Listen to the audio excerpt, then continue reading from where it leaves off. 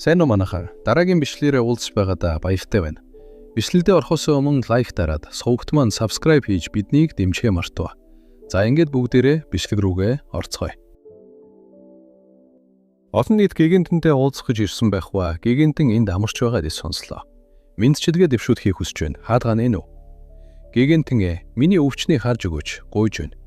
Таны царайг харахыг хүсэж байна. Гигантэн. Гигантэн.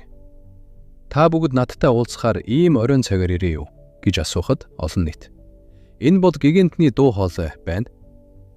Дортсмил мужийн захирагч. Би өөрийнхөө тухай хэлье. Би бол Дортсмил мужийн эзэн байна. Байнга цэрэг илгээдэг Жонатан овгийн ууган хүү.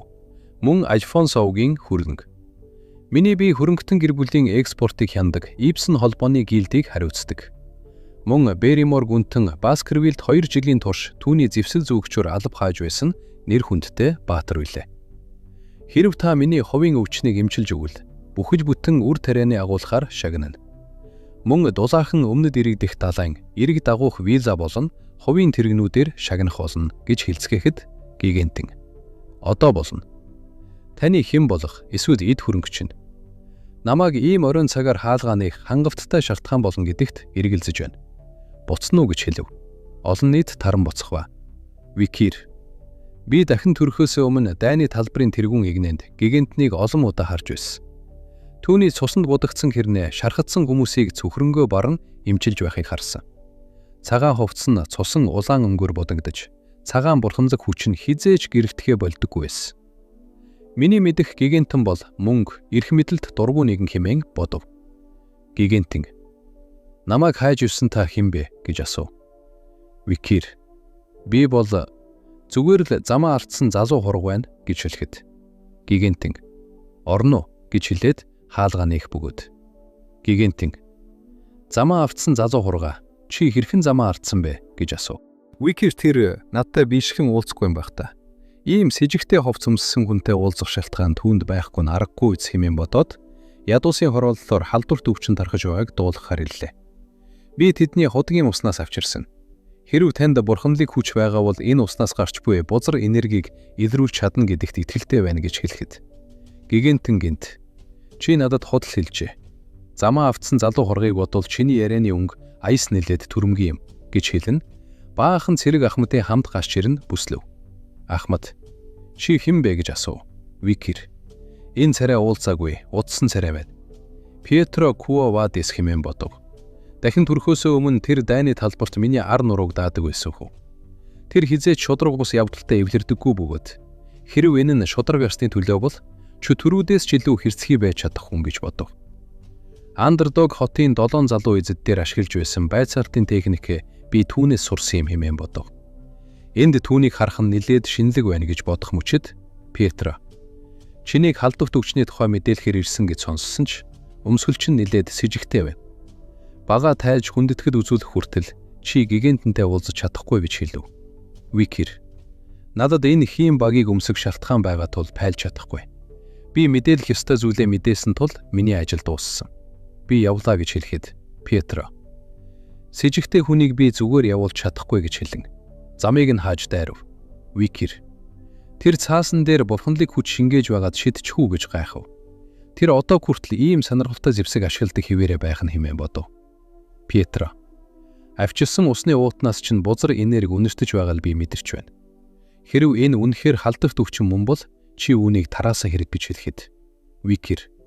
Хэрв би буруутан байсан бол яагаад үүнийг мэдээхээр энд ирнэ гэж асуухад. Пьетро. Би мэдэхгүй. Гигантнийг урагтан гардаж ирэх гэсэн чиний тактикч байж магадгүй гэж хэлэхэд. Викир. Түүний хэлж байгаа үг бүр зөв байна гэж бодов. Пьетро.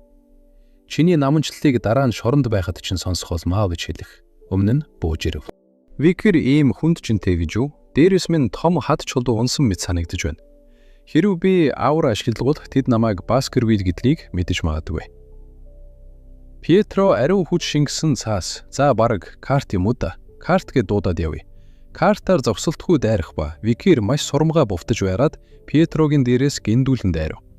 Пьетро ийм жижиг биеэс ийм их хүч гарч чадна гэж юу гэж тайхав. Викир 2 жилийн өмнө бух баавыг алсныхаа дараа олж авсан 600 кг-ийн жин гэдэг чадвар. Үүнийг анх удаа ашиглаж байна. Муугүй шүү хэмээн бодов. Викир үргэлжлүүлэн маш хурдан Сербрусийн дүлийг ашиглах ба Пьетрогийн номыг шатав. Пьетро үгүй ээ гэхэд Викир чи үргэлжлүүлэхийг хүсэж байна уу гэж асуув. Пьетро шийд ашиглах гэж чамайг шашингүй гэдгийг чинь мэдэж байсан юм.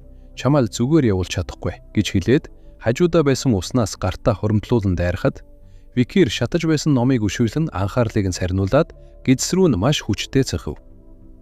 Харуус Пьетро ахмад ядагдчихлаа гэж үү? Бараг л боломжгүй зүйл. Би одоо зүүдэлж байна уу? Ийм зүйл яаж тохиолдож байна? Пьетро ахмадыг хамгаал гэж орилдог бууг ирэн хамгаалах ба. Викир хэрв та үүнийг үнэхээр эцсийг нь хүртэл үзхийг хүсэж байвал гэж хэлж дуусаагүй байтал гигэнт нь зогс. Гигэнт нь Долорес чи замаа ардсан залуу хуруу мөн үү гэж асуув. Викир тийм ээ. Гигэнт нь чи хураг гэхээсээ илүү гүлэвтэй адилхан юм байна. Шархаар дүүсэн жижигхэн гүлэг гэж хэлэхэд нэг зэрэг гигэнт нь тэр хүн гүлэг биш. Тэр бол цусаар цангасан чон гэж хашхирав. Гигэнт нь Долорес бидэнд цай авчирж өгнө үү? Цэрэг байхах ба. Гигэнт нь би тэр хүнтэй ярилцах ёстой гэж хэлв. Викир тэр одоо 16 настай. Гигэнт нь Долорес Лунква Вадис. Ирээдүйд чөтгөрүүдийн эсрэг дайны үеэр тэрээр дайны талбарын тэргүү игнэнд өвчтнүүдийг эмчиж тоологдшгүй олон хүний амийг аварна. Тэр бол инэрэнгүү сэтгэлийн амьд жишээ. Сүүрлийн цаг үед бусадтай адил миний биеийг оролцуулаад түүнтэй тааралцсан тулаанч бүр түүнийг хүндэлдэг байсан хэмээн бодов. Пьетро Викирийг чимээгүй ширтэх ба. Гигэнтэм. Би сүүлийн үед маш их стресстэй байлаа. Таныг мэдэж байгаа эсхийг мэдэхгүй ч би эзэн хааны Колосей академийн оюутан. Амрах таарсан тул би одоогоор хичээл ном болон гэр бүлийн ажлаасаа түр хүндэр нь амарч байна. Викир. Гинт яагаад ийм эгэлж ирийн зүйл яриад эхлэв гэж бодов. Гигэнтэм. Гэрч таны дөнгөж сая харсанчлан язгууртнууд болон худалдаачид цаг хугацааг үд харгалзан намайг үргэлж хайж ирдэг. Тэдний намайг эмчлүүлэхийг хүсдэг өвчин нь мансууруулах бодисын ур шиг эсвэл бэлгийн замын халбагт өвчин байдаг юм. Тэнд үнэхээр хүнд өвчтэй нэвч хүн байдаггүй. Шудраг ёс, зөв шудраг байдал, инэрэнгүү сэтгэл, тэгш ирэх бол Бурхны таалал. Гэвч яагаад хүмүүс зөвхөн өөрсдийнх нь өмнөх зүйлийг л харддаг юм бэ гэж асуухад Викир шашин судрал нь үндсэндээ хүмүүсийг ойлгох үйл явц учраас энэ нь гацаагүй зүйл. Хуучны гэрээ Азмосер 6 дугаар бүлэг 9 дугаар эшлэл.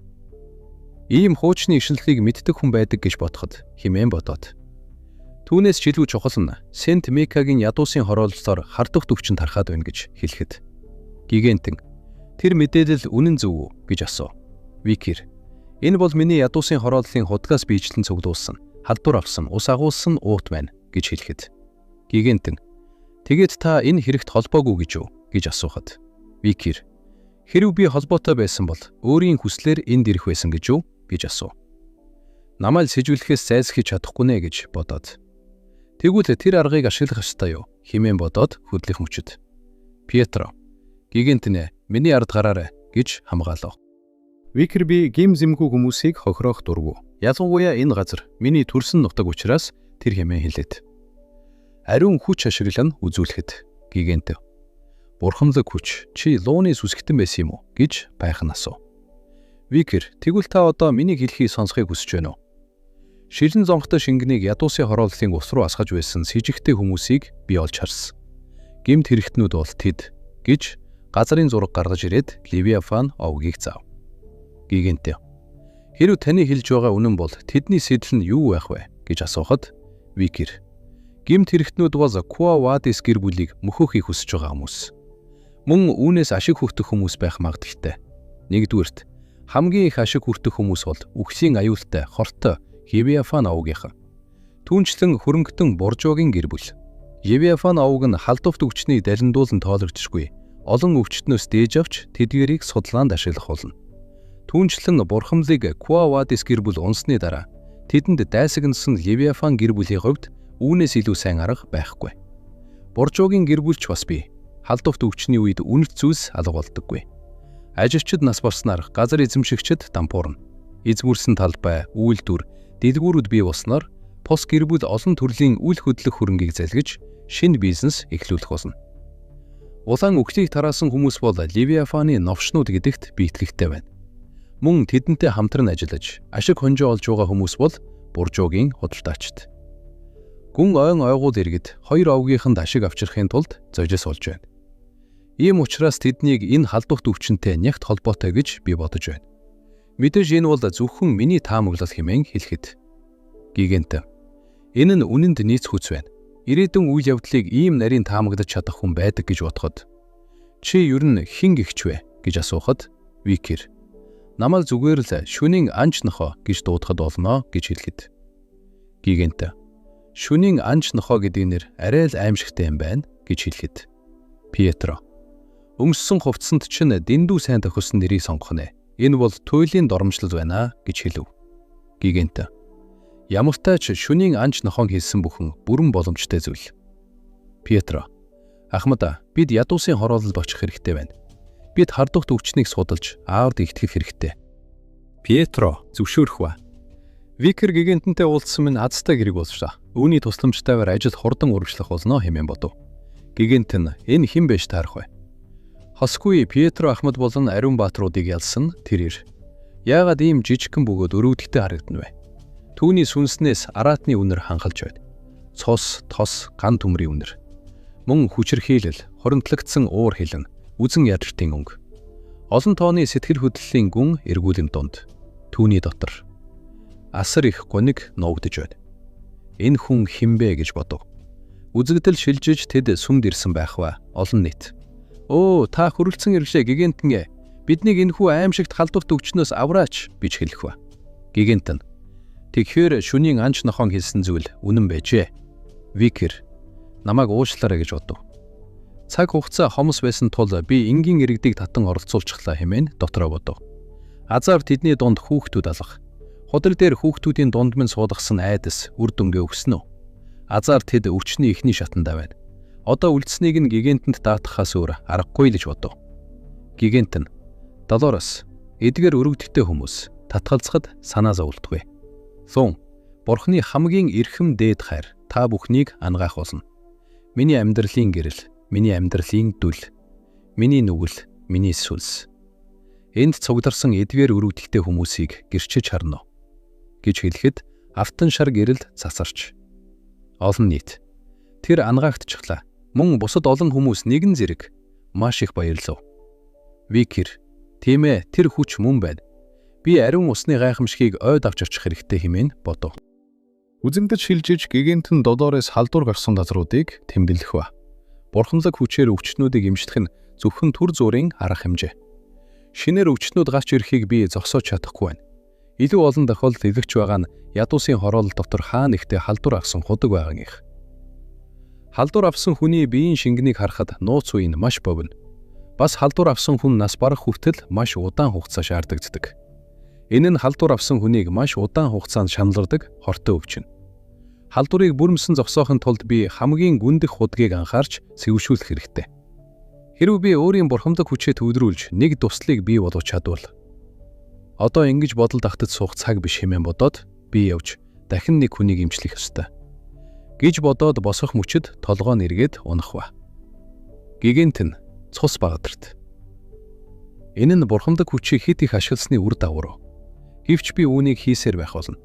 Хэрвээ энэ нь өвчтнүүдийн мэдэрч буй өвчтгийг аль болох хурдан намдаахын төлөө бол хэмээн бодон гарах мөчөд уран эр гигэнтэн хүрэлцэн ирлээ гэж хэлэн үүдэнд нь хүлээж байх ба. 1. Уран эрэгтэй гигэнтнэ бид ч бас хамт явна. Ууж байна. Дахид санаа зовох хэрэггүй. Ийм эрхэмсэх хатагтайг яаж ийм дорд бохир газарт ганцаараар нь үлдээх вүлээ? Бид хандив болон яарахтай тусламжийн бараагаар дүүргэсэн уран тэрэг авчирсан гэж хэлэхэд. Гигэнтэн тэднийг хараад чигшин худлаа нэмсэглээд тэд өнөөдөр хэрэг болох юм шиг байна гэж хэлв. Үзэнгдэн шилжиж тэд эмчилгээний лагер дээр ирэх ба. Үнэр нь үнэхээр чигшмээр юм. Би хог дээр гიშгчлээ. Эдгээр гутар маань үнэтэй бөгөөд хязгаарлагдмал тоовор гарсан загвар шүү дээ. Үгүй ээ, би ч бас халдар авах нь. Эдгээр хүмүүсийг холдуулаад өгөөч. Би эндээс гармаар байна гэж шивнэлтгэд. Гигэнтэн ийм зүйл болно гэдгийг би мэдэж байсан юм хэмээн бодов. Далд санаа үүрлэн тусламжийн бүсэд ирэх нь Бурхныг доромжилсан хэрэг. Тэдэнд хэрэгтэй цорын ганц зүйл бол өвчтэй хүмүүсийг өрөвдөн хайрлах сэтгэл байсан гэдгийг тэд мэдэхгүй байна. Төгс бөгөөд цэвэр ариун, бусдын төлөөх сэтгэл, золиос, сайн дурын сэтгэлгээ, сайхан сэтгэл, инэрл хайр хэмээн. Эдгээр нь Бурхны нэгүсэл, хайр, үүнд хамгийн ойр зүйлс. Эндээс цааш улам аимшигтай, бас хүнд, өвчтнүүд бүгд энд цугларсан байгаа хэмээн бодоод. Хүнд өвчтнүүдийн майханд руу ороход Викертийн нэгэн хүнд өвчтөн эмчилж байх ба сүсэгт нь хурдан илүү их давсны усмад авчир гэж хэлж байх ба гигэнт нь түүнийг харан гайх. Бурханлаг хүчил ганцаараа үржилж чадах зүйл биш. Тэр ганцаараа эдгээр өвчтнүүдтэй хамт хэдэн цагийг өнгөрөөгөөв. Тэр арьсанд нь адислэл өгөхгүй байна. Түүний оронд тэрээр адисллыг халдвар авсан хэсэг рүү урсгаж байгаа хэрэггүй. Хэрв түүний хийж байгаа зүйл тэр мөн бол би ч хийсэн анхаарлаа төвлөрүүлж бурханлаг хүчийг ашиглаж чадах байх. Ийм арга үйлчилж чадна гэж бодохоор гайхалтай юм. Тэр ангаах ухаан болон бурханлаг хүчинд ийм чадварлаг байсан гэж бодохоор гэж бодов. Викер ерөнхийдөө бурханлаг хүч гэдэг нь сүсэгтэн хүн бурханд залбирч, бурхан тэр залбирлыг нь хүлээн авснаар өгдөг хүч юм.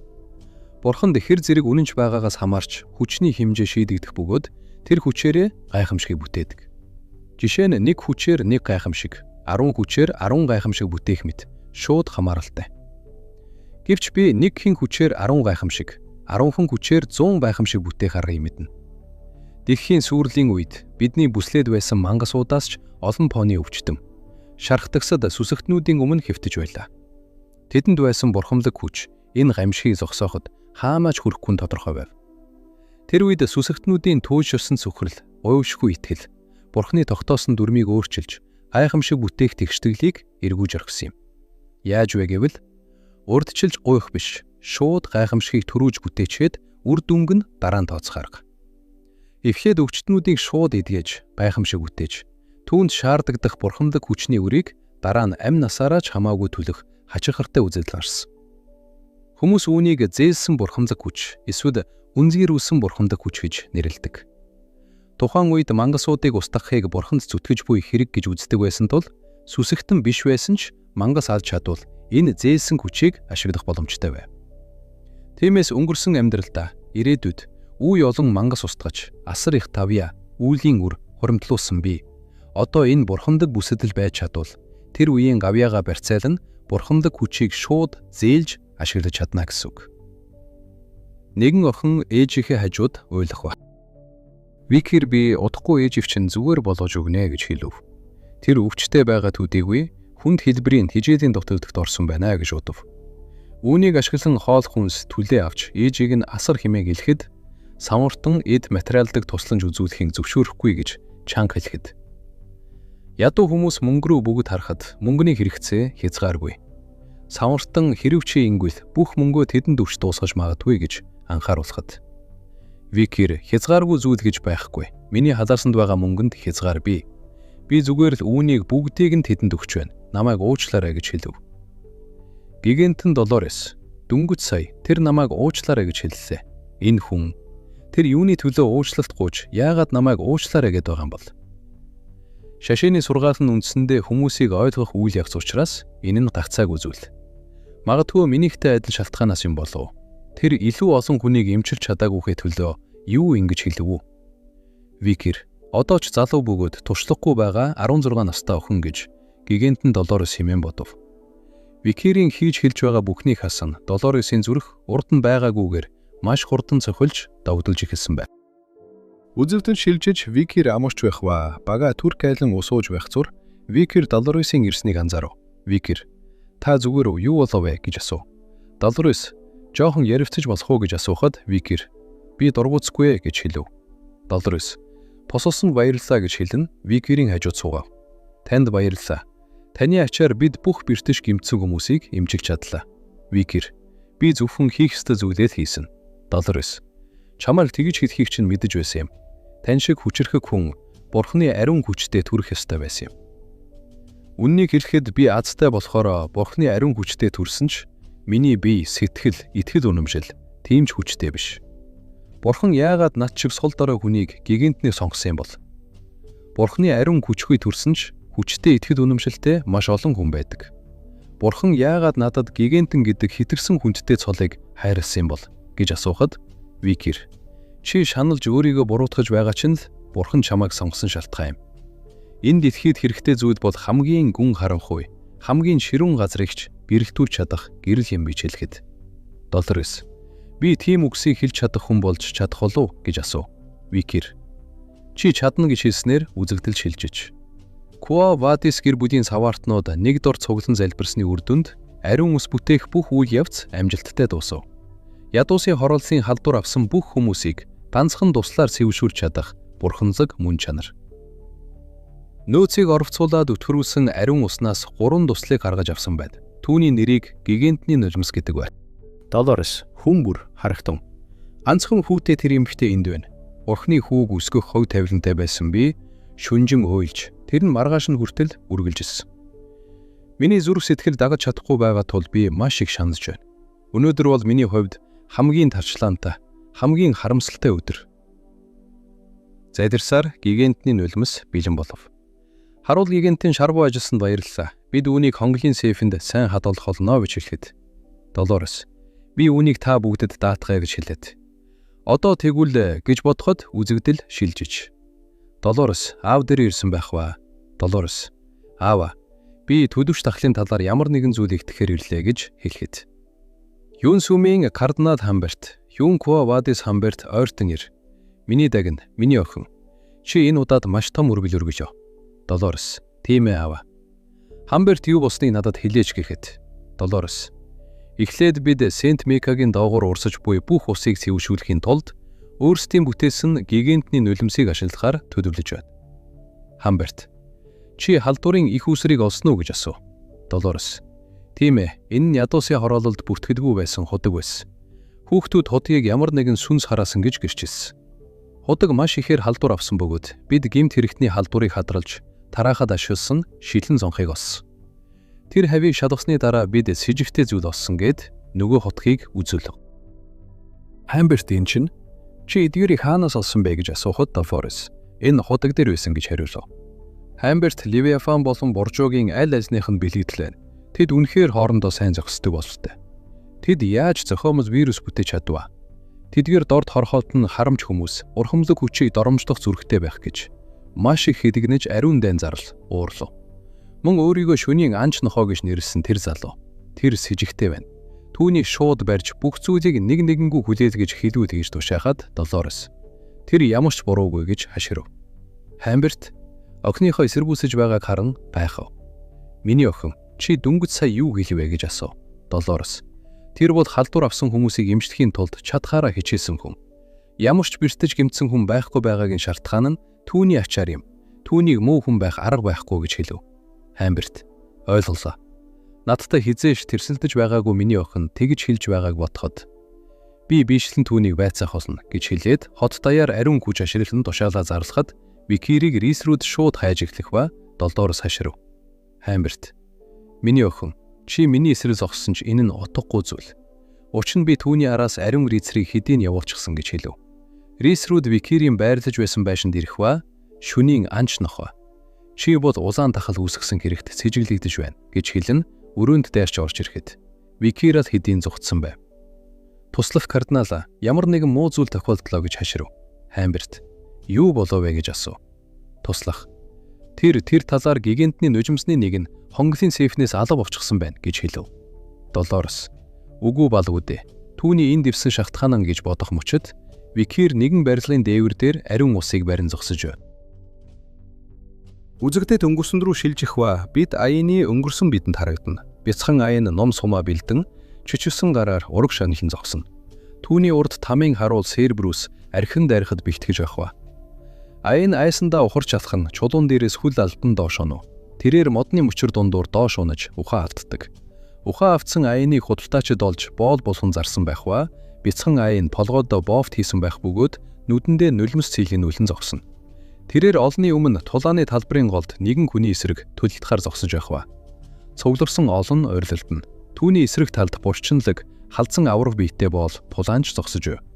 Бүрэн зэвсэглсэн боол тулаанч өөрийн гараа чангалж багталтайгаар инээмсэрлэнэ. Боол тулаанч аян руу дайхад аян боол эрийг бултунгаа баг зэрэг зүсэж амжив. Гэвч боол эр түүний барж авах ба хөлөөс нь барж байгаад хан руу хүчтэй савн шидэв. Үзэгчд болон цугласан олон түүнийг харан баясан хаширалдаж боол тулаанч ялалтаа тэмдэглэн орилох ба. Аян нүднээсээ нулимс урсгах нь өнгөрснөө бодон газар хэвтэх ба. Гэр бүл овгоо маш их санаж. Гинт аян босож суугаад газраас шавар аван нүүрэндээ овгийн уламжлалын дагуу хээ зураад босож ирэн дулагдах боловч тэрээр ахаад л ялагдана. Эзэн нь ялж чадахгүй байна биш ташуурдана. Тэрээр ахин дахин ялагдсаар байв. Энэ мэт амьдрал төмөр торны цаана хүүтэн шалан дээр хэдэн жил үргэлжилж нэгэн өдөр. Төмөр торны дотор нэгэн шилэн бортогтой улаан шингэн өнөж унах ба.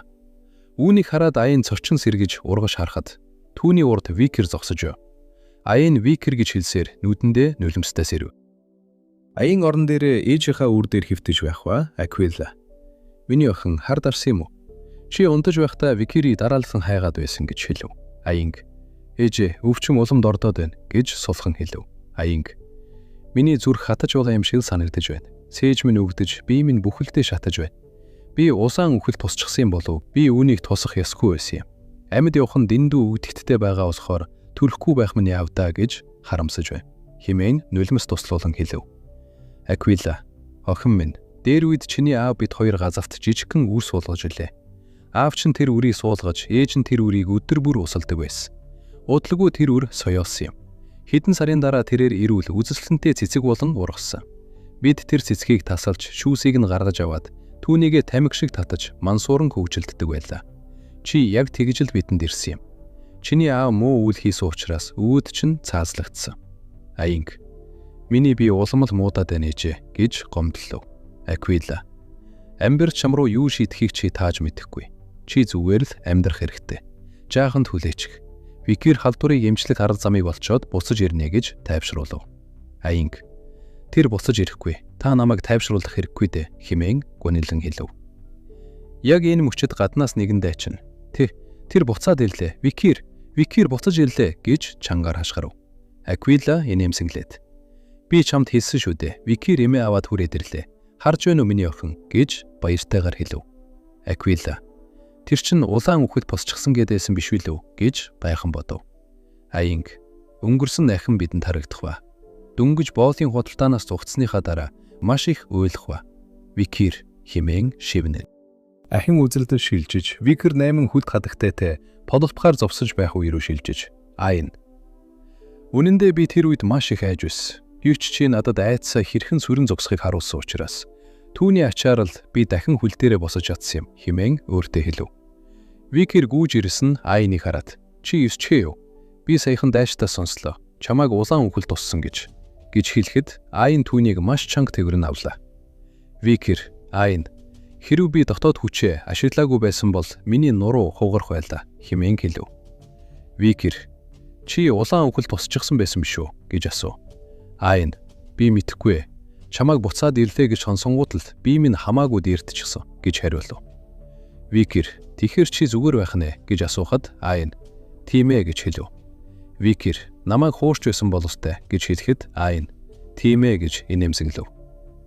Аян, гэртээ тавтаа морил гэж хэлв. Викер, би исчихлээ гэж хариулснаар энэ хэсэг дуусдаг. Энэ удаагийн Part of Mine энхүү дуусаж байна. Лайк дараад, Softman subscribe хийж биднийг дэмжихээ мартаваа. Дараагийн бичлэг хүртэл түрүү иштэй.